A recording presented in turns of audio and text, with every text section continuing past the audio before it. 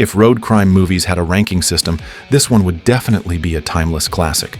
Today, we bring you the nerve-wracking and adrenaline-fueled thriller, Breakdown. A man is taking his wife on a road trip in their brand new Jeep, but neither of them could have imagined the nightmare that's about to unfold. Not long after hitting the road, they nearly get into an accident. Jeff gets distracted for just a moment, and suddenly a pickup truck darts out onto the empty road ahead. Startled, Jeff swerves hard to avoid a crash. Thankfully, his quick reflexes save them, and the pickup screeches to a stop behind them. Since there was no collision, Jeff doesn't stop and simply continues driving. But to his surprise, when they stop for gas at the next station, he runs into that same pickup truck again. Jeff feels awkward, and Earl, the pickup's driver, scoffs at his reckless driving earlier. Knowing it was his fault, Jeff quickly apologizes. He doesn't want any trouble in this unfamiliar place. Earl finally lets it go, and Jeff and his wife leave the station as soon as possible. But they don't get far before their Jeep suddenly breaks down, losing power and shutting off completely. With no idea what's wrong, Jeff pulls over, but they're completely puzzled. Jeff tries to call for help, but there's no signal in this desolate stretch of land, so they can only hope a passing vehicle will stop to help. Just then, a pickup truck approaches, and Amy steps out to wave it down, but it doesn't even slow down. It races past them. Snapping back to reality, Jeff realized it was the same pickup driver he had clashed with earlier. But then the pickup pulls a sudden U-turn and stops a short distance ahead. Jeff and Amy have no idea what the driver is planning, but Jeff senses something isn't right. Luckily, a large semi-truck passes by, and Jeff immediately flags it down for help, prompting the pickup to finally drive off. They think the danger has passed, but it's only just beginning. The truck driver, Red, sees their Jeep has stalled and helps push it to the roadside. He offers to call for a tow truck since there's a diner 5 kilometers away with a landline, or he can give them a lift there himself. Jeff declines the ride, not wanting to leave his brand new Jeep behind. It cost him a fortune, and if someone stole it, the loss would be huge. But under the blazing sun, Jeff doesn't want his wife to wait in the heat either, so he lets Amy go with Red to call for help while he stays behind. After the truck leaves, Jeff waits and waits, but no help comes. Frustrated, he decides to check the Jeep himself to see what went wrong. That's when he discovers the issue, a disconnected wire. He quickly reconnects it and manages to start the engine without a problem. The Jeep was never really broken. Jeff immediately drives to the diner, but when he gets there, his wife is nowhere to be seen. Even the diner owner insists he hasn't seen a big rig come by, and none of the customers recognize anyone matching Amy's description. Jeff, now growing panicked, realizes something is seriously wrong. The diner owner tells him the next town is 20 kilometers away, so Jeff sets off to look for his wife. Along the way, he suddenly spots the very truck that took Amy. Without hesitation, Jeff gives chase, blasting the horn to get the driver to stop, but the truck just keeps going. Then another truck approaches from the opposite direction, and Jeff is forced to swerve off-road in a heart-stopping moment to avoid a head-on collision. Furious, Jeff speeds ahead, cuts off the truck, and forces it to stop. Jeff immediately demanded to know where his wife was, but the truck driver claimed he hadn't picked anyone up and didn't even know who Jeff was. The driver's complete denial, as if he'd lost his memory, left Jeff utterly confused, and he started to realize something was seriously wrong, so he rushed to check the truck cab for any sign of his wife. But the doors were locked tight. His wife had vanished without a trace. Confronted by Jeff's questions, Red flat out denied everything. Just then, a patrol car happened to pass by, and Jeff quickly flagged down the police. He explained the situation to Sheriff Boyd, who then asked Red to open the cab and let them inspect the vehicle. But neither the cab nor the trailer showed any trace of Amy. With so many similar trucks on the road, Red claimed Jeff must have mistaken him for someone else. Jeff was left speechless, helpless in the face of what felt like a nightmare. Since nothing suspicious was found, Sheriff Boyd told Jeff to file a missing person report and head to the next town to talk to local law enforcement. With no other choice, Jeff could only watch as Red drove away, because technically, there was no evidence of wrongdoing. Jeff arrived at the town's police station only to be stunned by what he saw. The walls were covered with photos of missing persons. Far too many for such a small place. The officer on duty told Jeff to wait in town while they looked into it. But there were only 2 officers in the whole town, one on patrol and one at the desk. Unless someone called with a ransom demand or there was solid proof of a kidnapping, the FBI wouldn't get involved. That's when Jeff realized that by the time the police found his wife, if they ever did, it might already be too late. Desperate, Jeff returned to the diner, but the owner still insisted he had never seen anyone matching Amy's description. Just as Jeff was about to call a friend for help, a man in a hat, acting very suspicious, claimed he had seen Amy. He said she got out of one truck and into another, and there were several men inside that second truck. It was now clear Amy had been kidnapped. Jeff urgently asked where they had gone, and Billy gave him a rough location. Jeff wanted to take Billy to the police as a witness, but Billy refused, saying he wasn't stupid enough to get involved. Then Billy revealed a shocking truth that left Jeff completely stunned. Hearing this, Jeff jumped into his car and drove straight to the place Billy had mentioned. Meanwhile, he tried once again to contact his friend in hopes of reaching the FBI, but there was no cell signal at all. Jeff now had to rely entirely on himself, but just ahead, he found the road blocked off by construction, forcing him to turn around. That's when the pickup truck reappeared, once again blocking his path. Before Jeff could even react, Earl stepped out of the truck holding a shotgun and came straight at him. Realizing the danger, Jeff floored the gas in reverse, crashing through a guardrail and fleeing down the road with Earl in hot pursuit. It didn't take long before Jeff ran into more construction vehicles completely blocking the road. With no other option, he veered off toward a riverbank. Below was a raging current, and the pickup was closing in. Trapped and desperate, Jeff drove his Jeep straight down the steep embankment, but the car spun out of control and crashed into the river. Earl, watching from above, was stunned by Jeff's will to survive and quickly radioed his crew to intercept him. The Jeep was soon lodged on the rocks in the water. Jeff tried to climb out and escape, but Earl already had his gun aimed at him. Terrified, Jeff retreated back into the car, then slipped into the passenger seat and dived into the water to escape.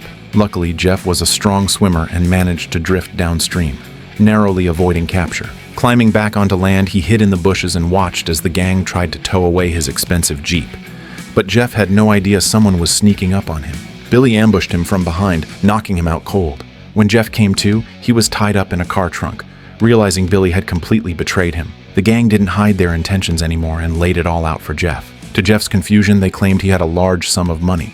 He quickly realized Amy must have lied to them in order to survive. Jeff went along with it and told them there was money in his account. But the criminals weren't stupid. They wanted proof. Jeff's mind raced, thinking of a believable number that he and his wife would both remember. When he hesitated too long, Earl assumed they were being played and threatened Jeff. Jeff blurted out $90,000. It was only then that the kidnappers finally believed what Amy had said was true. But how did Jeff know? It turned out that during their road trip, Amy had bought some snacks from a convenience store, and one of the packages advertised a $90,000 prize promotion.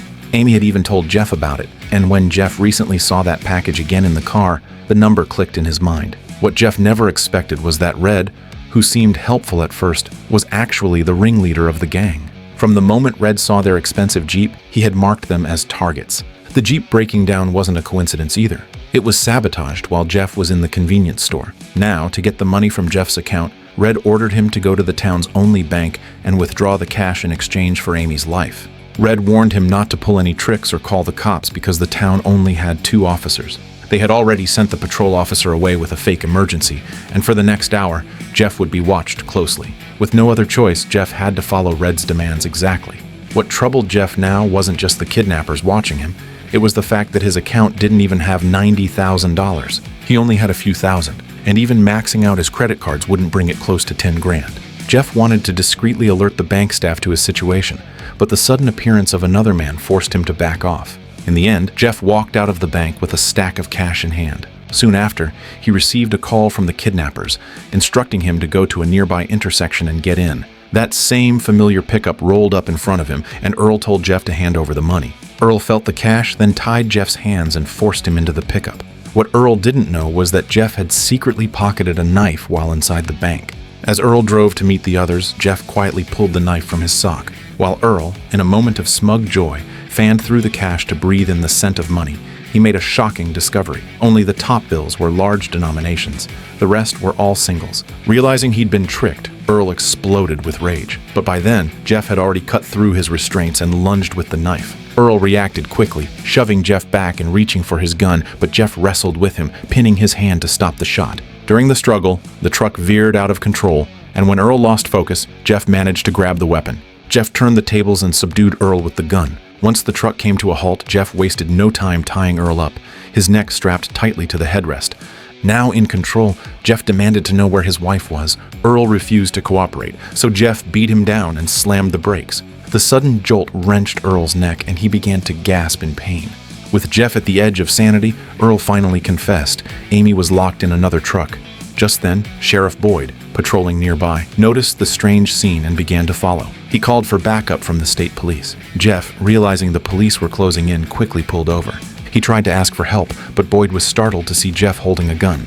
Seeing this, Jeff quickly threw down his gun and said that the man who kidnapped his wife was inside the truck. Unaware of the full situation, Boyd ordered Jeff to the ground for safety. But no one realized Earl was already working to free himself, and he still had a hidden gun. Before Boyd could process what was happening, Earl broke loose and shot him.